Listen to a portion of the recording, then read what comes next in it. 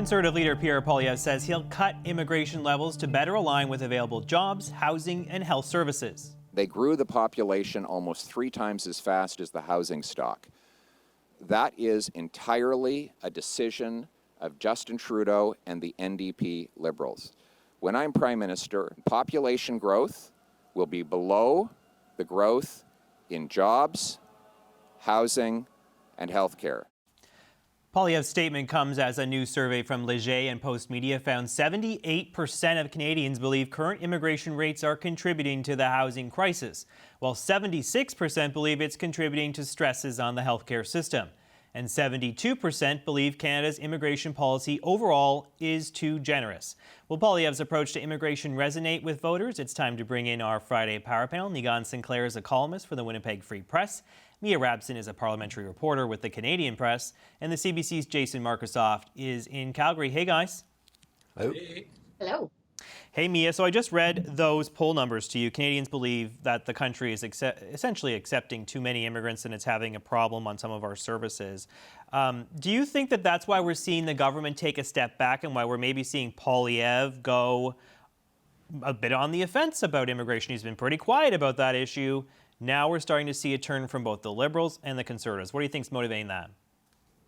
Yeah, definitely. I mean, the one thing that Poilievre said in that press conference that really resonates is that what's happened with the immigration system in Canada in the last 2 years, rightly or wrongly, has upset the apple cart on this, what I think Poilievre called the Canadian consensus on immigration. We are a country obviously built on immigration. We depend on immigration. It's been very clear that for our economy to grow, and especially with our aging population here, immigration is critical. But when immigration exceeds certain capacities, which both the government and the opposition are now acknowledging has happened, and now they're trying to pull back on that, for sure, it is contributing to a growth in anti-immigration sentiment in this country, which is never a good thing there's no way that that is a positive development.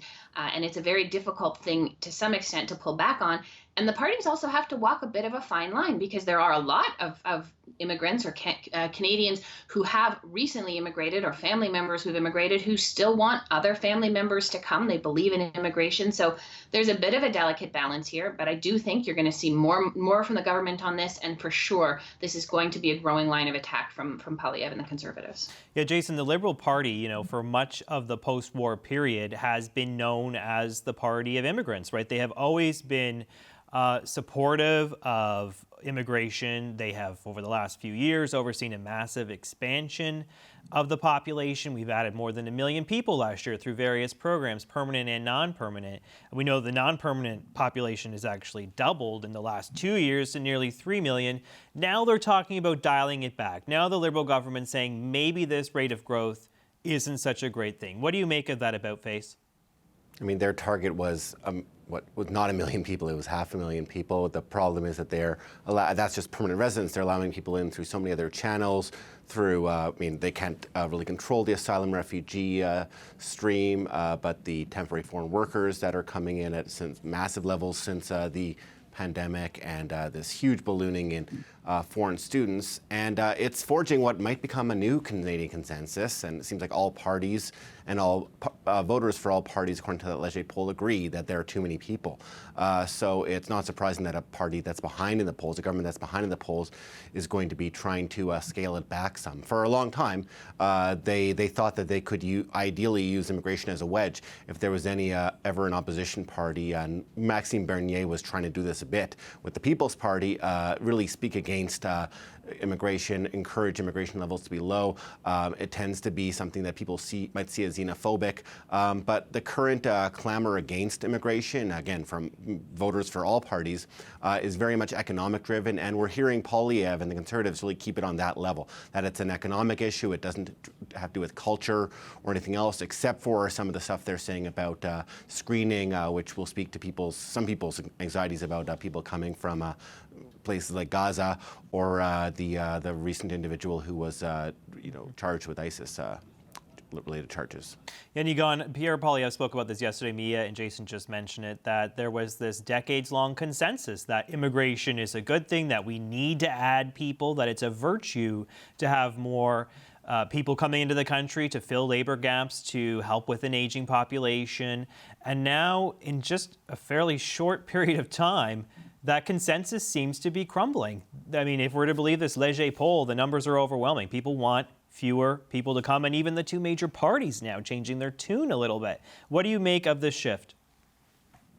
Well, I mean, there's two real tensions that are going on for Poilievre at the same time. The first is you see a burgeoning issue around immigration around the southern border of the United States, and that puts a sort of general comment around the issue of immigrants, foreign workers into the ethos. And then on top of that, he can make an economic argument that against Trudeau on some issues like housing, for example. I mean, he keeps using the term simple math when he describes housing startups that have lacked within a exploding immigrant population. That's not really the issue. The issue is that the housing that immigrants are using when they come into the country are oftentimes stressing out with the same amount of people who are in financial burdens coming out of the pandemic. And so the same group of peoples, the stresses of those are on social housing. And so we see an overabundant need to deal with the issue of social housing. This is not about opening up $1 million houses. This is about trying to get a Canadian housing market that is overstressed to deal with the issue that people are big needs and economic needs throughout the country. So he can pick on that. And the problem, of course, is that it's something that I think everyday Canadians can see. They can see more foreign workers, and they particularly see more international students. I work at a university, and so you see this huge burgeoning population of international students because universities have been incentivized to bring in more international students because they can charge them a lot more. That's an issue of public education, which goes to the provinces. And so by developing this policy, and the one blame I would say on Trudeau is that by leaving the provinces behind on this massive explosion of immigration has resulted in issues like universities attracting international students to the tune of almost too much, creating oftentimes skilled workers that aren't needed in the economy.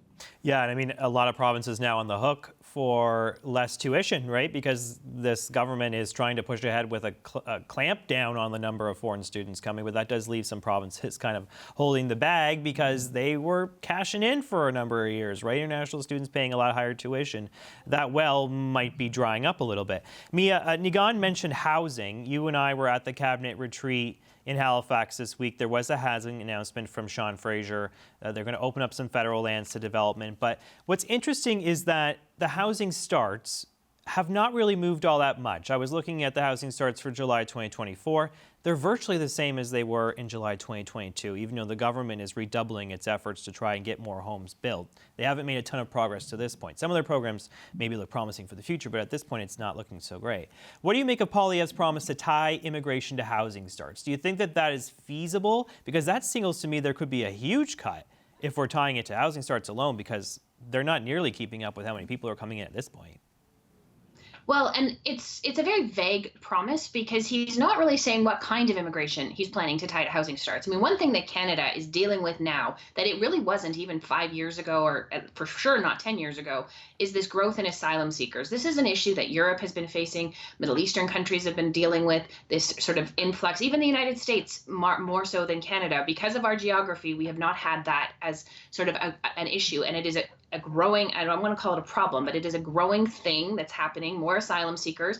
Are they going to tie bringing in asylum seekers to housing? Are they talking about just economic class immigrants? It's a very vague promise, and he did not put any kind of constraints on what it actually meant. Tying it to healthcare is also, I think, I don't know how you would do that. He, of course, didn't provide any specifics. But what he's trying to do in making that promise is reminding people, he saw that poll, he's seeing those same poll numbers. People believe immigrants are keeping housing unaffordable and inaccessible. So he is tying those two issues together in a promise. Even if he can't do it, even if it's vague and he's not really putting any specifics behind it, he's in one promise putting both of those things into the minds of people. And what are two of the biggest concerns of Canadians right now? Immigration and housing. So it's smart politics, even if it's not necessarily yet, at this point, smart policy. Yeah, Jason, is it smart politics but risky in a way, because does it open the door for the Conservatives being branded as xenophobes or being people who don't want to bring immigrants in, or does it help them that the Liberals are also moving on this same file? Like, does that kind of shield them from potential criticism from their political opponents if they do take more of a hard line on immigration? Yeah, they're shielded in two ways. One is if it's this new Canadian consensus that there's too many right now, we need to throttle back, which has not been the case historically. This is very new with the housing and cost of living crisis. And the other way is if they're very careful with their language. There was a 13-minute video put out on social media by Arpan Khanna, the new MP for Oxford, relatively new MP for Oxford, and he's somebody who is a visible minority politician and he was very careful with his language. They're not demonizing any class of immigration. They're saying we love immigrants, we love what they've done. The economic pressures are very great, and to Mia's point, they spent. Of that 13-minute video, they spent, I think, about 12 minutes and 30 seconds or so, roughly speaking, on talking about the problems and very little on the solutions, just talking about common sense, even vaguer in that 13-minute clip than Poilievre himself. But one of the other political motivations for them is that they want to use this, continue their narrative of saying that things are broken. Poilievre talked about the immigration system being broken. His big, a year ago or so, his big issue was inflation. Well, with inflation going down, with some of the, with us likely getting interest rates getting further cut, the cost of living pressures will ease. He needs to find more narratives to say the Liberals have made things worse for people. And, like I said, there's a lot of views that people think that immigration is indeed broken. Nigan, quick final word to you on this one. I would just point out that, tying immigration to housing is such a problematic barometer. The average Canadian household has about 2.4 people in it. That means that if we let in 500,000 immigrants, then just to match that alone would be what around the housing creation is, which is around 200,000 houses. That barometer is a really highly problematic barometer for Poilievre to use, but I don't think everyday Canadians are doing that math. But it does address something that Poilievre has been criticized for, which is his lack of policies, lack of specificity. And this is quite specific. I'm going to tie this issue to this barometer, and that is what we've been asking him to do for a while, even if it's completely inaccurate. Yeah.